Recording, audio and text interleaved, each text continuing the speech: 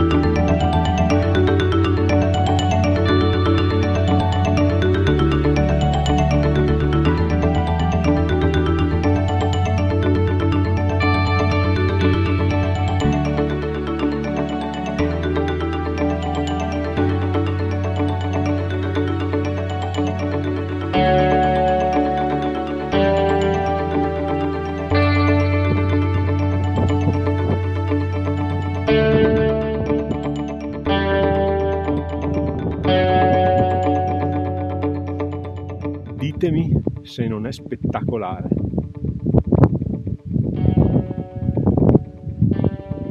Siamo sopra una coltre di nuvole, sì, di neve, buonanotte. Incredibile,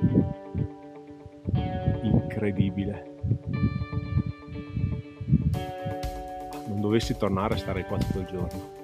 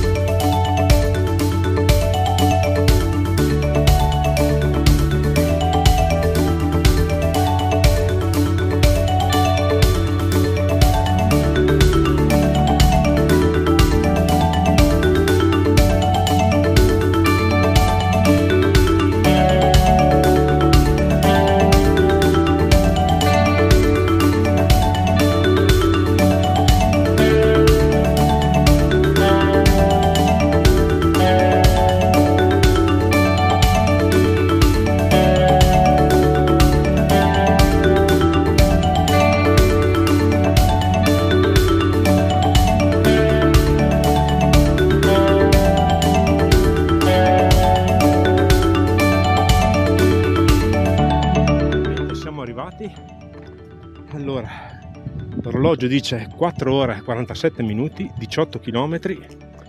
Vediamo il dislivello quanto abbiamo fatto. 1633 metri di dislivello positivo. Bellissimo giro, assolutamente da rifare. Un po' di nebbia all'inizio, però poi arrivati sul Monte Plische c'era uno spettacolo incredibile. Eravamo sopra le nuvole, un cielo azzurrissimo, incredibile. Mi raccomando, se vi è piaciuto il video mettete un like, iscrivetevi al mio canale per non perdere tutte le mie prossime avventure. Ciao a tutti, buon giro!